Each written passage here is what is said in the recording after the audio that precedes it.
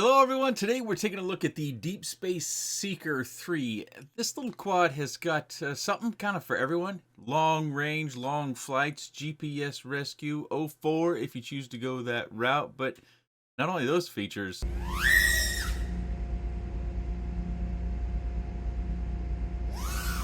This thing's kind of a 3-inch monster. Got an F722 flight controller with a USB-C connector. ESC is a 40 amp ESC. Motors are Ether 1505 4000 kV, and on those motors are HQ 3x3 tri-bladed props. I of course have the Express LRS edition, but it does come with Crossfire, and you can also use a DJI remote with this. XT30 for your battery connection. 3D prints to hold both of your antennas. 3D prints provide motor protection as well as arm protection and landing pads. Also have a 3D print down here that can protect that bottom plate. GPS specs don't list what it is. I think this is probably an M10. Motors are held to the arms with these plastic containers. There is a capacitor down here, but it's terrible hard to see. Camera angle is adjustable with 2 screws on each side, and it does have rubber in there for vibration dampening. It also comes with mounting for an 03 air system as well as camera. Got some mounting screws over here for the DJI 03 as well as some additional screws. Comes with an extra battery strap. Comes with a one-pager that covers binding as well as how to set it up to run with a DJI FPV remote controller that would be compatible with either your 03 or your 04, depending upon which one you're using. It also comes with 2 little stickers. It does come with an extra set of props, but as you can see, I've been through a few. The Seeker3 weighs 177.5 grams. I did flight testing across all of these different batteries. These are just representatives. I had 3 of each battery, except for this one. I only have 1. On this one, I got over 14 minutes of flight, and you can discharge it even lower, probably get 15 plus minutes. And with that battery, it weighs 378.3 grams. On the 930 milliamp G&B battery, I got about 10 minutes and 20 seconds of cruising around exploratory flight. And with that battery, it weighs 277.65 grams, so 100 grams less than the 3000 milliamp. On the Lava 854S, I got 9 minutes and 55 seconds. And with that battery, it weighs 273.42 grams. On this G&B 850 flat pack, I got 8 minutes and 30 seconds on average. And with that, we get under 250 grams at 246.22 grams. On this 720 milliamp flat pack, which is probably made by G&B, I get 7 minutes and 50 seconds on average. And with that battery, it weighs 244.33 grams. And on the 650, which is what I use for the faster flights, but slower flight style on the 650, I got 6 minutes and about 40 seconds. And with that battery, it weighs 246.9 grams. And motor post to motor post, I am getting 139 millimeters. Arms are 3.5 millimeters thick and approximately 7.5 millimeters wide. It's got 2 bottom plates, one for the nose and one for the tail. The rear bottom plate is 2 millimeters thick, and so is the front. And the top plate is also 2 millimeters thick. We're going to start off with my preferred flight style, which you could call kind of more racing leaning, but there is some freestyle maneuvers in there as well.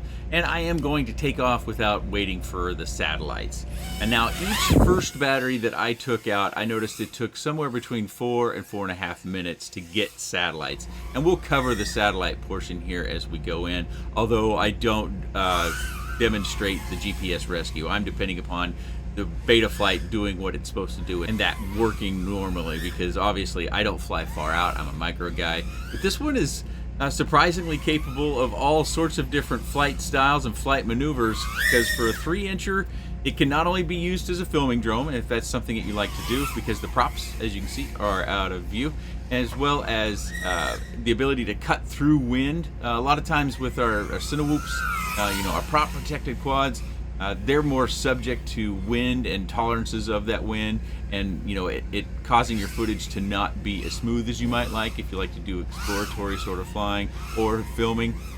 Whereas this doesn't have that prop protection, it's going to cut through the wind much better than its counterparts that are prop protected. Also, at under 250 grams, I think a lot of people who are interested in that sort of category may, be interested in this one as well, because as I showed in the battery specifications with that 850 milliamp flat pack, you do get under the 250 grams. I'm also just using a single antenna. That's just kind of how I mounted the 04 up. I pulled DJI antennas out of my bag. It happened to be the single antenna, so I just went with it. And during this flight, we're going to see quite a few punch outs. As far as handling goes, I thought it handled pretty well. I thought it tracked pretty well. And I am flying at just about the highest camera angle that the camera mounting will allow in this flight. but I lower it for some slower flights, as well as the battery flight time testing that I did. So there'll be several segments to this. Also, I did start a second channel for just posting the flights. No narration, no desk review, no specs, just flights. And I have been asked a number of times to do something similar to that. So I thought it was probably time that I do it, although I probably should have done it years ago. For those of you that just don't need to hear anything I might have to say about it, you just want to see how it flies, there is flight audio, and you'll see the same flights in these videos that you would over on that other channel. Just with this channel, you get the narration, you get more specs, you get more discussion, longer form. But if you're interested in that second flights only channel, I'll put a link down in the video description. You can subscribe over there. I do have about 15 flights already uploaded, and that comes out to about a year's worth of quad reviews. Of course, I don't do goggles and stuff like that over there. So this will be just the flights, and it'll just be one flight. So if you're looking to a bunch of different flights, it'll just be one. It'll probably just be my preferred flight style. But we're coming in here for a landing, and you notice that I did get satellites by the end of that flight. Got 9 of them, as high as 14 satellites in my flight time. I did fly too low, so on average you're going to get between 3 minutes and 15 seconds on a 650 milliamp battery. Just a couple little crashes here to show with some flight audio. One is just clipping a tree here, not a big deal at all. Didn't even take me down out of the air. Didn't rip a prop off. That was kind of bad. I hit kind of a garden decoration. And then this one, I'm going to get tangled up in the tree as I'm still trying to work out, how much throttle to give it, because this thing had a lot of thrust. So this is just a flight sample. I'm showing you when I start to get satellites on this at about here 450. As you can see, we're starting to get satellites. We start with 4, and then the satellites continue to come. I think at this flight, I topped out at like 7 or 9, but I did have a flight that topped out at 14. That was the maximum. It kind of bounced between 13 and 14. We did have a lot of cloudy days.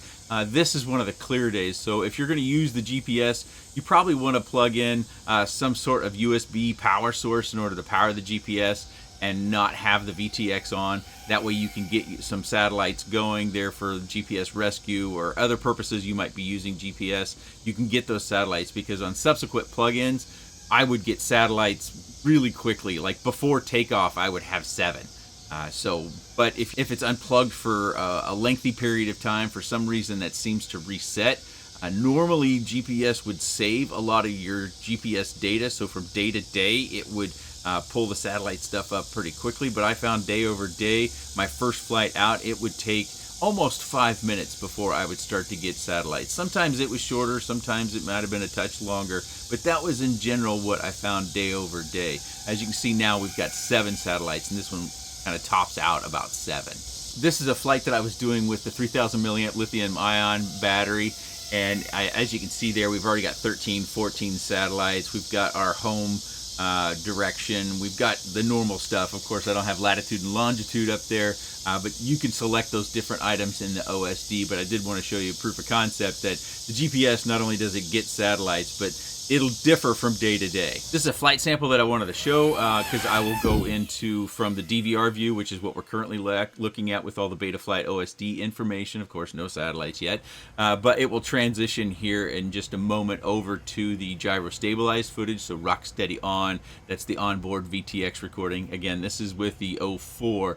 So I wanted to make sure I at least showed you a sample. I don't think anybody would need to see all the different flight samples that I have on this particular quad, especially testing all those different battery sizes. You know, that alone would be 6 flights, just one flight for each battery, and that would probably be about an hour-long video because, yeah, it gets a lot of flight time, and it's a surprise for something that's 3-inch and gets long flight time with the GPS. That they got it under 250 grams with the particular battery, the 850 flat pack or smaller, as well as just having the outright raw performance. For me, this was a surprise. It does come at a premium price, though. I noticed that other 3-inchers, this is about $70 more than other 3-inchers that have recently come to market that don't have GPS. But if you're asking me about flight performance, just pure flight performance and my preference or my bias, I would fly this one, and I plan on keeping this one. I'm going to put an 03 in it, though, just so I can free up my 04. I would fly this one over the other 3-inchers that I've recently had on the market, and that includes the prop protected one. I'm not someone who worries a ton about the safety and the prop protection side of quads. So you have to rate your priorities as far as prop protection and flight time and flight performance. But I was impressed with the flight time in this sort of flight style. That's what I reported at the beginning of the video. The video is nice and smooth. This particular day we have 9-mile-an-hour winds, although it's essentially calm. That's pretty low in my area. The days that we had winds in the last 2 weeks, 15 to 25 miles an hour, it was raining. And as you can see with the pool cover, there's rain on the cover as it is, just because we would have these storms every once in a while. It was kind of just a stormy period for us as we get into, do you call this early or mid-fall at this point? But we've gone back into the DVR footage, so this is our goggle view. Video is nice and stable. It looks good to me. I don't have a problem with any of this. Of course, this is open prop, so usually we don't have issues with good, clear, stabilized video when it comes to open prop quads. We do on occasion, but not nearly as often as we might with quads that have prop protection. So there's a lot of things that I think they did really well, and I'm kind of surprised. This was a new quad to me. This is, I believe, a Banggood only product, so you'll have to go to Banggood if you want to order this. So this, as you can see, hopefully if I can get my prop out of view here, we do have, in some instances, a little bit of camera protection at the lower angle when I was using the doing the flight time testing, slower cruising flight. And when we angle it up, I had this nearly touching the canopy. It was probably maybe 2 millimeters away, so there was a touch more in the faster flight of camera angle that you can get. And when you get up at that angle, this angle of the metal kind of lines up with maybe a millimeter further out than the camera itself. So it does provide a little bit of camera protection, about as much as we can really usually get when it comes to these 03, 04 HD sort of systems on the quads. Should note that if you do have to do some work on this, depending upon what the work is, you can't access the flight stack screws through the bottom plate. It's pretty rare we see that missed anymore, but it can be missed. I'm not a huge fan of these just because over time they tend to lose their adhesion, so I would wrap these with tape. I also hear from others that if you have a prop strike on these plastic bits, that it can oftentimes cut the wires itself, the plastic. If the blade cracks this, you might find that the crack actually goes down into the wire because of this. So I would wrap this in tape. This is my favorite tape to use. Of course, I've got a real thin batch, but you can find this linked way down in the video description. You can get it from Amazon. This is something, if you're building, I think you just need to have some of this around. I think it's called acetate tape if you just want to look around for your own sources, but I think I have an Amazon as well as an AliExpress link to this particular tape. I like that they have 3D prints for to protect our motor ends, or not our motor ends, our arm ends, and because it extends past the motor as well as the carbon fiber down here, you get a little bit of motor protection from those side impacts, and then they use that for the landing feet so you don't rub the screws off the bottom plate. From time to time we do see that. All the screws are hex headed that we see through here, as well as what I use to mount the 04, as well as the camera mounting up here. The only difference that I see, nope, these are hex headed in here for the flight stack as well. You have a nylon nut on the top. You can probably see if I go around to this side, they've got a wire cable, silicone wire, coming down between the ESC and the flight stack. That's good. We have a boot button over here for your flight controller if you need to get to that to flash. It does have black box as well on the flight controller, so you can use that for PID tuning or gyro stabilized footage. Solder looks good. I think it's this ball I was looking at earlier. Not quite as shiny, so the temperature might not have been quite as good. I think it was that one. Yeah. But overall, the soldering looks pretty good. Wire length is appropriate, not excessive. You could shorten these things if you wanted to, but no big worries there. I did miss early in the specs the holster for the receiver. It comes down over this metal standoff on both sides and kind of suspends above.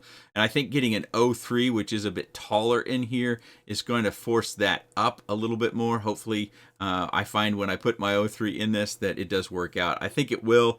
They design it and they spec it for an 03 or an 04, although the weight will be a little bit different there as well. But if you're interested in sub 250, again, you'll want to use these batteries are very, very similar. Some people might be asking, why do these batteries weigh more? The more square or rectangle sort of packs, they tend to hold their voltage a little bit longer, but they fall off at the end. Whereas these, if you're doing aggressive flight, they don't tend to have the punch if you hit that throttle hard. And they don't fall off quite as fast at the end of the battery. You know, as you get down to, say, 3.45 volts or 3.4 volts, the flatter packs tend to fall off a little bit later than the bigger packs, but I already reported flight times on those. The battery mat is somewhat sticky. It's not like sticky. It's not gonna, you know, my finger doesn't stick to it. It's just got a little bit of tack. There is no texture on it. It is kind of nice to have the XT30 kind of mounted in here, so you've always got a place to go. You don't have to worry about maintaining any sort of battery lead. You plug it in there, and it will stay out of your prop line. These motors, you know, they're 1505, 4000 kV. They're grunty as well as kind of smooth. Again, you can listen to the flight only over on that second channel that I have. It's just in-burns flights, I think is what I ended up naming it, to just hear the quad without any sort of narration. Of course, it was a little bit annoying. There was some sort of vacuuming that was happening in the neighborhood. I'm not sure if I don't think it was leaf cleanup, but there was some sort of vacuuming happening with some sort of implement in the neighborhood. So the flight audio on the faster flight was a little bit annoying. I get that, but I need to pick flights that have at least me not crashing out all the time, as well as, you know, displaying how this quad flies, because there are times where I forget to do things that I normally do in flights, so I have to kind of remind myself that, you know, this isn't a freestyle channel, this is a review channel, so I need to kind of work in the same things over and over and over again.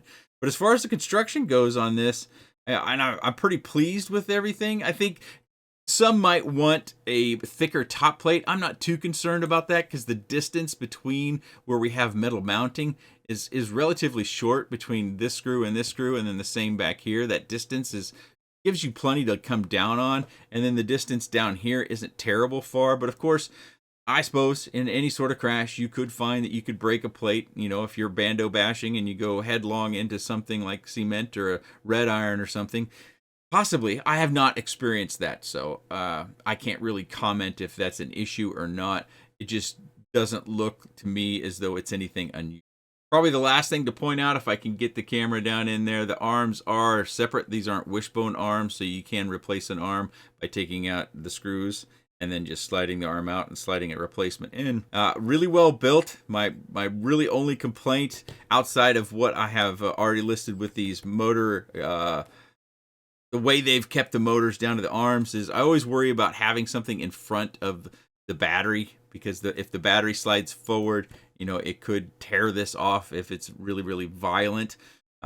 This is secured, so we don't have to worry about, I oftentimes talk about zip tying your battery lead down so it doesn't pull off your ESC, but I do worry a little bit, like in the most violent of crashes, that this would slide off. Now, I would say if you're just out freestyling, or if you're just a freestyler, I would just unplug this and bury this cable down in the flight stack and take the GPS off. That way you wouldn't have to worry about tearing that off. Maybe you want to use that as a bumper so that your battery doesn't go flying if you don't care about the GPS. That's an option. Last thing I'll draw out, because I kind of forgot to cover it. We got the T-style antenna for Express LRS. Of course, the TBX one will be a much wider, as well as the two different options for mounting your antennas. This does come in an analog version, which is the cheapest version, of course. Or no, it's not. Hold on. The cheapest version is no camera, no VTX, no receiver, and that comes in at $189. And then when you get the analog version, you always have to get it with the GPS. That seems to be just stock how they send this. Analog without a receiver, $237. Then it goes up from there, of course, all the way to the DJI 04 Pro, which is kind of what we're featuring here. And that comes in with a receiver at $522. But the Seeker3 is just a lot of fun. And, you know, my flight style, those familiar with the channel, you know, I'm not someone who goes out, you know, exploring or something like this, but this is one that I'm going to keep in my fleet just because I enjoyed flying it a lot. It's something that, it's funny because in Discord we were talking about building something that was kind of like 2019 like, and back then I think we were running like 1407 motors and 3-inch props with high pitch, you know, 40 pitch or something like that, and they were just, you know, analog rockets, and I really enjoy that sort of put you back in your chair when you hit the throttle and you go 100%. I really enjoyed that. And this kind of arrived at about the same time we were discussing that in Discord, that this kind of has that feeling to it that puts you back in the chair, as well as just being able to cruise around for long periods of time, and then have the GPS for GPS purposes, rescue, documentation purposes, what have you. And with 03 or 04 footage, well, I bet you the analog version of this is so much lighter, and I suspect that full throttle response is even that much quicker. That might be interesting for those of you that are just still flying analog, which I fly a lot of analog too. No shame in that. But I bet you the analog one is even more fun because of the low weight. But if you're interested in this, there'll be links down in the video description to parts and this quad if you want to investigate it further. Hopefully the price comes down, because like I said, this is $70 more than the others that are similar that have launched recently. But this one has the GPS, whereas those don't. DeepSpace, as far as a company goes, they're new to me. I don't know much about them. But as far as this one goes, good job. If you have any comments, questions, suggestions, or otherwise, please let me know in the comment section below. I appreciate your time. Thanks for watching.